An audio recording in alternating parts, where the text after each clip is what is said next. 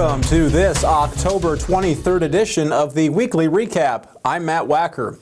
Theater arts group Fine Linen Drama recently wrapped its 14th season at the Cedar Street Playhouse in Rolla. Fidelity's Lee Mentink spoke with Joel Nisbet about the group's success. I'm here at Cedar Street Playhouse in Rolla, where Fine Linen Drama just wrapped its Disney's Beauty and the Beast. I'm here with Joel Nisbet, who's with Fine Linen Drama. What was the community's response to that production, Joel?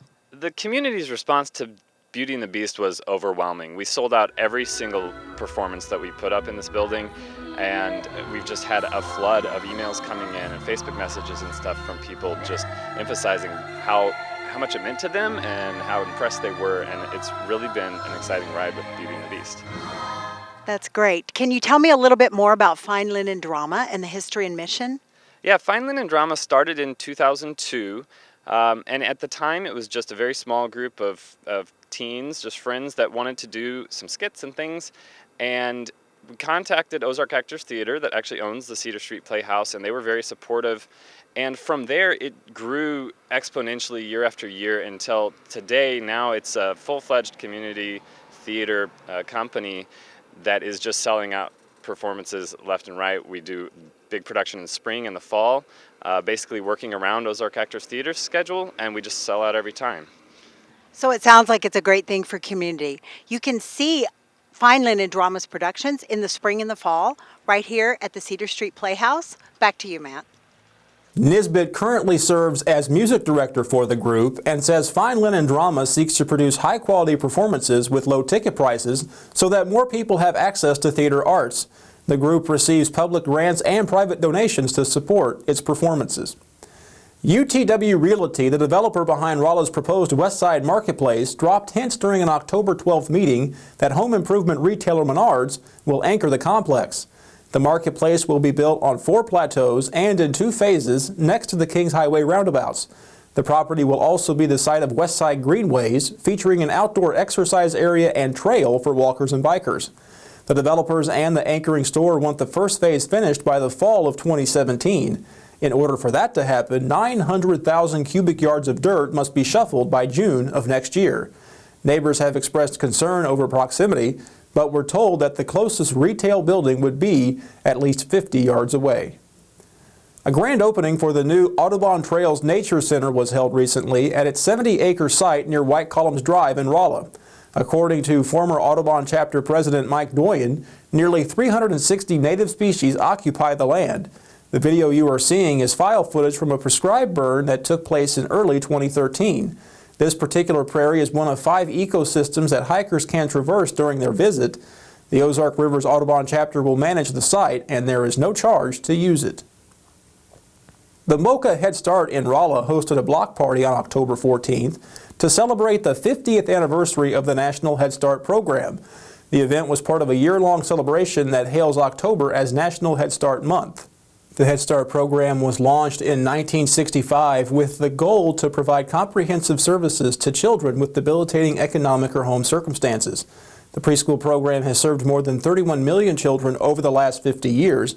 The Head Start program serves over 500 children in the mid-Missouri area, spanning 8 counties and some 21 classrooms. Local Director Gene Day says that 80% of Head Start's expenses are publicly funded.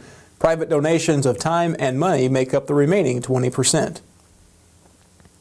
Teachers at Lucy Wortham James Elementary School in St. James played a pivotal role in the arrest of a Cuba man. 37-year-old Curtis Stovall has been charged with possession of a controlled substance after raising suspicion that he had brought methamphetamine on school property. St. James Police Chief Ron Jones was at the school teaching a DARE class when teachers noticed a light blue passenger vehicle on school grounds.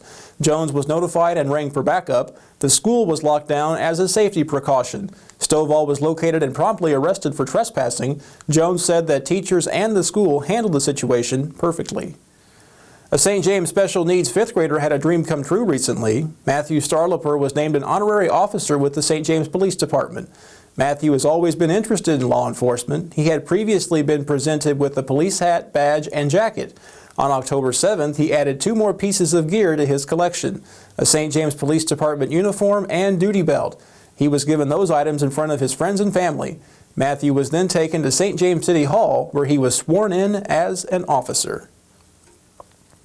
Dixon City Marshal Mike Plummer was arrested on October 14th after a Pulaski County grand jury indicted him on 15 counts, including 10 felony charges. His wife Sheila, a former Dixon City collector, was also indicted on one charge of stealing. Among the charges against Mike Plummer are forgery, hindering prosecution, and giving false statements.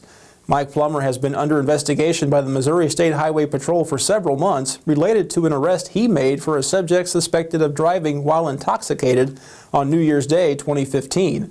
Sheila Plummer was named in a Missouri State Auditor's Office report for discrepancies in billing a relative for utilities. She has been accused of manipulating water meter readings to her parents' home while she was the city collector.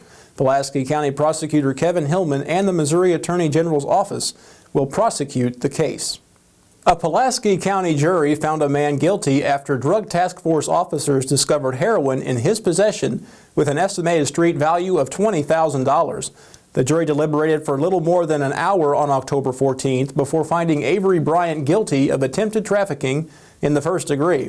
The South Central Drug Task Force executed a search warrant at Bryant's residence in May of last year and found 39.5 grams of heroin in Bryant's coat pocket, along with other paraphernalia consistent with selling heroin. Bryant's sentencing will take place on December 2nd in Pulaski County. Lebanon officers received a report on October 11th of a criminal with poor judgment yet plenty of audacity. Just before midnight, a 28-year-old white male from Lebanon walked into Walgreens Pharmacy and stole a bottle of Patron tequila as well as a bottle of Crown Royal whiskey. Employees told officers the male subject walked into the store, straight to the liquor aisle, then walked past the cashiers with the two bottles and said, "I'm taking these." Officers observed the male subject on surveillance video and with information from the employees were able to locate him in a nearby home. All indications suggest the male subject was intoxicated prior to the incident. A Summersville, Missouri man suffered moderate injuries when his 2002 Ford Expedition went one-on-one with a cow on Highway 17 last Monday night around 10 p.m. Trooper J.R. Sellers of the Missouri State Highway Patrol wrote in his report that 34-year-old Chance Johnson was wearing a seatbelt but had to be transported by ambulance to Mercy Hospital in Mountain View. No condition report on Johnson or the cow is available. It's a special district playoff edition of the Ozark Conference Game of the Week. October 23rd, our crew will travel to Lebanon for their Class 5 contest against the Rolla Bulldogs. This is a Week 1 rematch when the Yellow Jackets came away with a 38-14 victory. Meanwhile, other playoff games from our viewing area will take place on Friday night. West Plains will host Logan Rogersville, Tigers will clash in Salem, Owensville will face Eldon at Dutchman Field, and the Sullivan Eagles look to soar against Priory. That's it for now. I'm Matt Wacker. I'll see you right back here next week for a special Halloween edition of the Weekly Recap.